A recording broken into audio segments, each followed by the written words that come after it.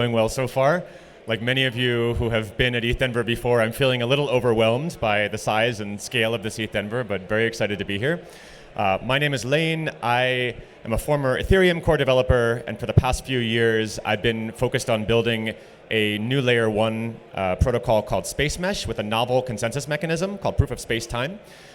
So yeah, we're going to talk about consensus today, in particular proof of work, proof of stake, and alternative options like proof of spacetime.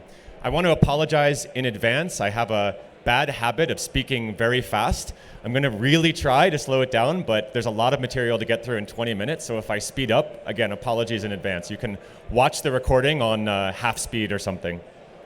Cool. So when I first got into the blockchain space a few years ago, I was very quickly drawn to very low-level layer 1 protocol mechanism design problems, and in particular this question of consensus. At the time, I felt, and I still feel today, that it's a especially intellectually stimulating, like satisfying place to work on. Consensus is just all around us, actually, not just in the blockchain world, but also in society at large, and we're going to talk about some of that. And so yeah, that's my motivation for working on consensus and talking to you guys today about consensus. So as I said, very ambitious agenda. We have 18 minutes left, so I'm just going to jump right in. We'll talk a little bit about where we're coming from, a brief history, introduction to the notion of consensus. We'll spend a few minutes talking about proof of work and proof of stake, and then I'll share a bit about what we're working on in Spacemesh and some alternatives. So what is consensus? We throw this word around all the time. We don't often pause to kind of define it or talk about what it means. So a definition that you often hear is this kind of recursive definition, right? It's this kind of consensus is like this state of shared knowledge about something where I know that you know, right? A fact about the world, like the balance of his account or something, but that's actually not enough. It's also, I know that I know the same fact, and I know that you know that I know that you know, right? So again, there's kind of this recursive definition. Personally, I find it more helpful to think about consensus as just this shared kind of understanding or sense of kind of reality or the state of the world or the truth or falseness about a fact, like a mental map. And again, I want to home in on this truth notion, right? So the best way for me to think about consensus is that it's really a shared understanding of the truth, and we'll talk about why that matters in a moment. So consensus, before we jump into the technical side of things, I think it's worth reflecting on the fact that it really is a very social concept, and consensus has always been a thing that humans care about. It's a building block or like a primitive in human society. And so in this respect, consensus is not like new or novel. We just have a different take on it in the blockchain world. But some fun examples are like traffic, right? When you're driving your car down the road, we all kind of know the protocol, right? We can know the rules. We know which is the correct side of the street to drive on. We know how to navigate traffic lights and traffic circles and things like that. Another good example is language, right? We can communicate with each other, share information. Maybe we are native speakers of the same language. Maybe we're using some third language or something. We have these kind of like social cues and body language and things that we use to navigate, and it's all kind of invisible, and we just kind of move through the world swimming in this kind of ocean of consensus all the time without thinking about it. And I think that that's good examples of very successful consensus mechanisms at work. As a side note, it's fun to think about whether or not social consensus mechanisms like traffic are Byzantine fault tolerant, right? What if someone drives the wrong way down the road? Topic for a separate talk, but it's a fun thought experiment. And then just to reemphasize a point I made a moment ago, truth, if we think of consensus as agreement on the truth, truth is essential for the functioning of society. I think we can all agree about that. And we've seen a little bit of a breakdown in the social fabric of truth over the past few years because of social media, echo chambers, things like this. And so at the micro level, it matters a lot for understanding the balance of an account or like transaction ordering. But at the macro level, it also matters a great deal for things like the outcome of an election, right? Do we agree on the results? Or like geographic boundaries, do two countries agree on where the border is? Things like this. And finally, the last point here, increasingly the problems that we face at the society level are these massive coordination challenges that affect hundreds of millions or billions of people. Sorry about that. And I think consensus mechanisms, robust consensus mechanisms like the ones we're working on, are the best chance we have of solving these problems. Okay, so moving into kind of blockchain consensus, when we think about building a consensus mechanism, what are our goals, right? What does a successful consensus mechanism look like?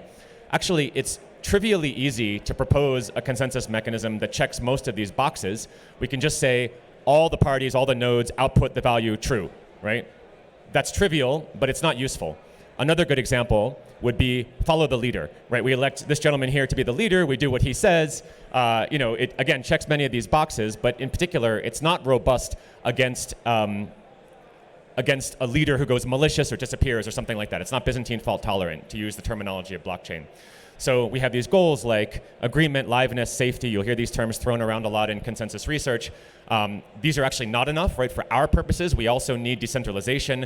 We need permissionlessness. We need it to be possible for many parties to participate in consensus. We need to minimize the running time of our algorithms and our message complexity. This is a lot of what I focus on as a protocol researcher. I've used this term consensus mechanism a bunch of times already. I haven't defined it yet. So many people naively say, oh, proof of work is a consensus mechanism, proof of stake is a consensus mechanism. This is actually not true. They are components of consensus mechanisms. In particular, what proof of work and proof of stake give us is Sybil resistance, right? So we make it very difficult or expensive for an adversary to create many identities and attack our consensus. But in fact, we need a bunch of other things, right? We need the ability to propose blocks, elect leaders to propose blocks. We need incentives to reward good behaviors, punish bad behaviors. We need this thing called a fork choice rule, which allows us to choose the new head of the chain, like in Bitcoin, the longest chain rule when there's like a fork or a reorganization, things like that. Other properties which we'll touch upon as well. But going forward, if I say proof of work, proof of stake, we use it as shorthand for this whole bundle of related ideas. All right, so let's look a little bit at where we're coming from, a little bit of history here. So the concept of the problem we're trying to solve was first articulated in 1982 in this Byzantine generals problem. So very, very briefly, the idea here is you have a set of generals, right, who are trying to coordinate an attack on an enemy city. They don't all trust each other, and in particular, one or more of the generals may actually be a traitor. But nevertheless, the honest generals need a way to observe the enemy, exchange messages, communicate with one another, even though those messengers that they send around may not arrive, or the message may get corrupted, just like happens on the internet, and agree on a time to attack the city, because if they can't agree, then they're all going to fail, right? So this is the original formulation of what we're trying to solve with blockchain consensus. There have been several generations of consensus mechanisms. So the first is this notion of classical BFT, Byzantine fault-tolerant mechanisms. They all share a few properties, like the fact that they elect a designated leader. They have this quadratic communication complexity where all the participants need to communicate with all the other participants. And as a result, they're not very scalable. They can't scale to hundreds or thousands or more of nodes. The next generation, PBFT, is practical Byzantine fault tolerance, which is a bit more efficient. It reduces the number of messages to be sent. It works in asynchronous environments like the internet. And there are a number of PBFT mechanisms that are in production in blockchain today, things like Tendermint and Hot Stuff, and the Cosmos ecosystem and the Move ecosystem. But they're still not scalable beyond hundreds, dozens, or maybe in the maximal case, hundreds of validators. And of course, networks like Ethereum and what I'm working on, Spacemesh, we want to support many, many more participants in consensus. The last and, of course, most interesting family of consensus mechanisms is Nakamoto consensus. So this, of course, was introduced in Bitcoin through proof of work by Satoshi. And the key thing to understand is that it enables permissionless participation. So you can have hundreds or thousands or even theoretically millions of nodes participating in consensus. And the trade-off is that the finality is, and the safety is actually probabilistic, not deterministic. Okay. So before we go any further, I just want to take 30 seconds to highlight the fact that proof of work is pretty amazing, right? It's really battle tested. It's secured hundreds of billions of dollars of value in the Bitcoin network, in Ethereum up until the merge. It gets the incentives right. It has some really nice properties like this healing, right? So it's very, very resilient to things like partitions in the network. There's always some node or some set of nodes somewhere that's able to make progress and produce blocks. And it's very simple and very straightforward.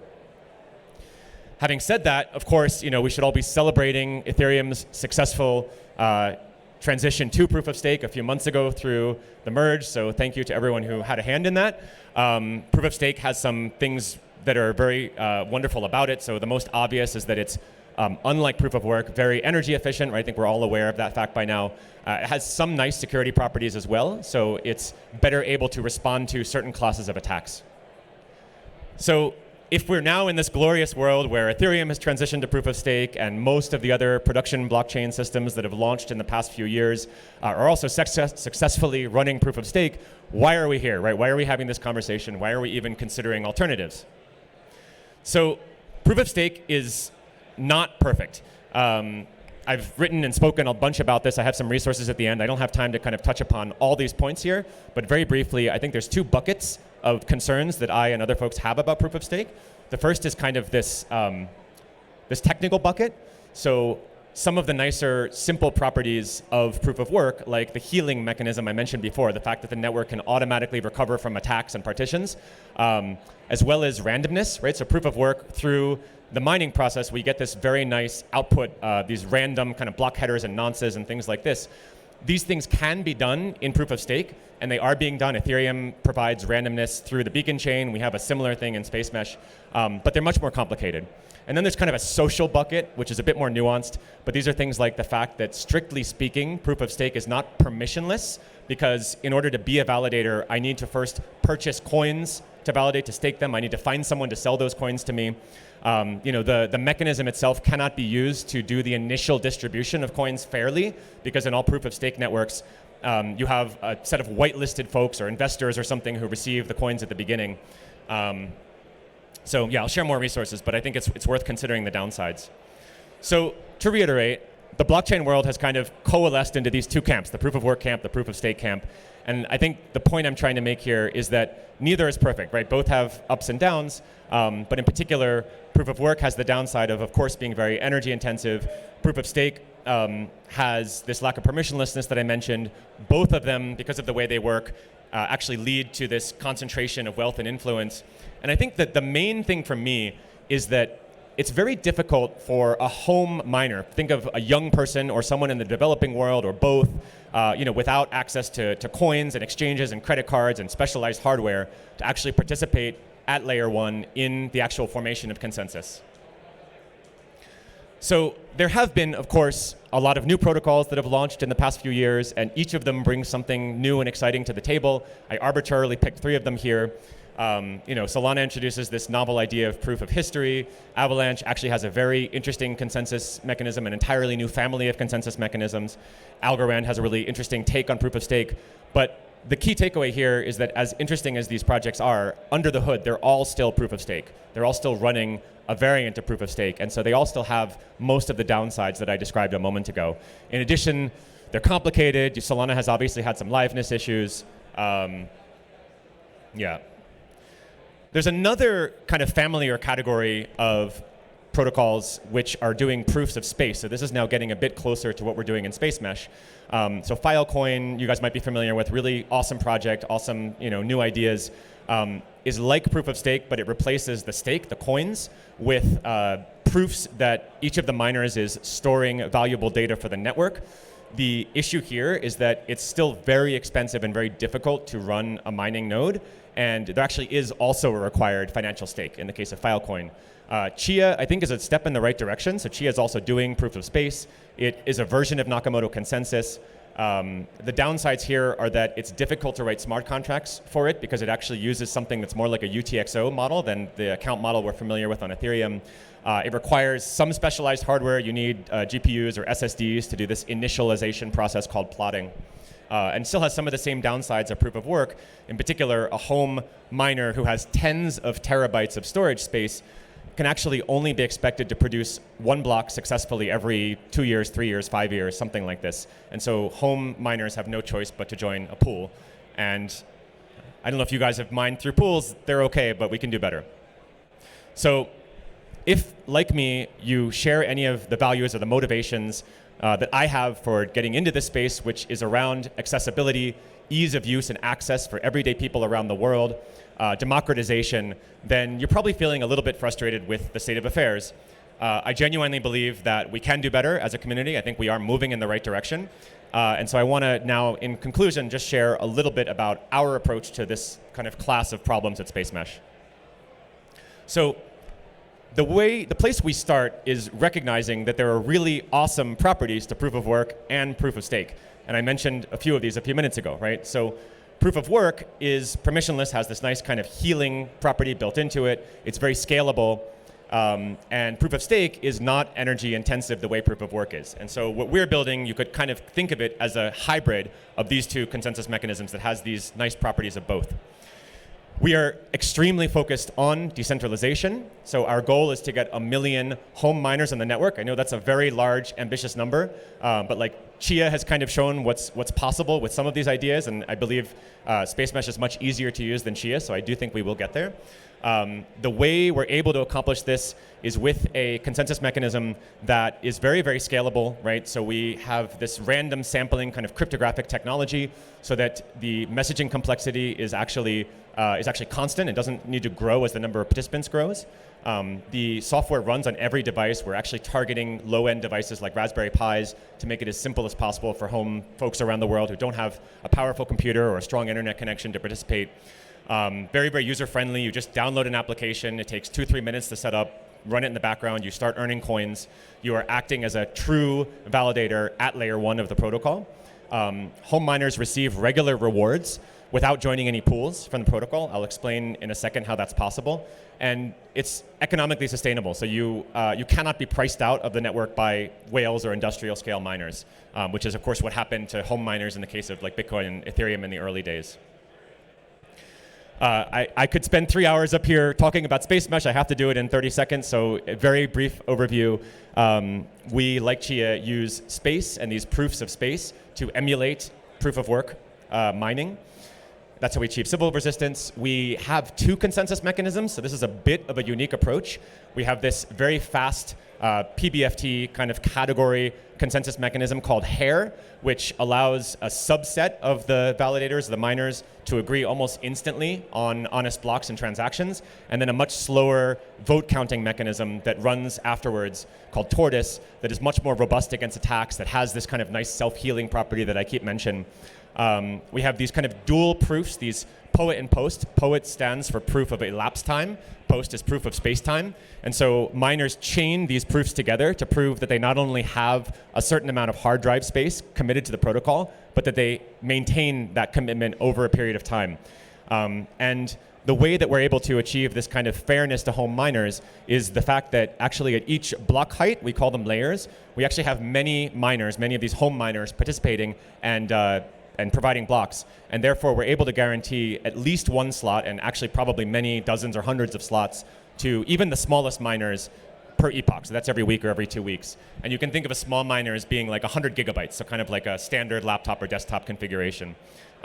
Virtual machine will be fully EVM compatible. We all love Ethereum here, so developing smart contracts should feel a lot like it does on Ethereum, very familiar and very comfortable. And we've been working on this project for 4+ years, almost 5 years. It's a labor of love. We are officially launching our Genesis in a few weeks, so stay tuned. It's a very exciting time for the project. You can join the join the testnet if any of this is interesting. And in conclusion, just to share a little bit of the vision where hopefully we're going. I think my vision for what we can achieve in blockchain and cryptocurrency and Web3, and by extension, the direction that kind of these consensus mechanisms need to go, is a world where people everywhere, like regardless of where you're from, regardless of whether you're from a wealthy country or a poor country, your age, your access to existing financial networks or not, you can not only transact in the network, participate very cheaply, but you can actually participate as a full node, right? You can participate in the consensus mechanism itself, and therefore be fully permissionless, fully trustless, and not need to outsource your trust to a third party like you have to do if you're in a pool or something like that, or if you're running a light client. And we have a lot of work cut out for us to get there, but we are moving in the right direction, and I hope that these ideas are exciting to you guys as well. If you have one takeaway from this talk, it's that there are pretty serious trade-offs between proof of work and proof of stake, right? Each of these protocols, mechanisms has some great things about it, some downsides as well. And there are alternatives. There are folks, including the Spacemesh team and a few other projects, that are doing work on alternatives. So again, if any of this is interesting or exciting, I encourage you to check them out. Very briefly, some resources. You can check out the Spacemesh website. If the technical side is interesting, you can look at our protocol documents. I want to just mention that I relied very heavily on the protocol documentation of a bunch of protocols when putting this together, so I encourage you to check them out. But it's really hard. Like the documentation on consensus mechanisms in particular is very incomplete, and most of them only cover kind of the happy case. They don't talk about what happens in failure scenarios and attacks and things. So we have a lot of work to do improving this, and if that's something you're interested in, talk to me about that as well. And more on proof of stake specifically, you can Google this. There's a podcast interview I did where I was able to go much more in depth into my own reservations about proof of stake. I think we're right on time. Sorry again for speaking so quickly. I'm Lane. My DMs are open on Twitter. That's the best way to reach out to me. Thank you guys so much for your attention. Enjoy ETH Denver. We don't have any time for questions, right?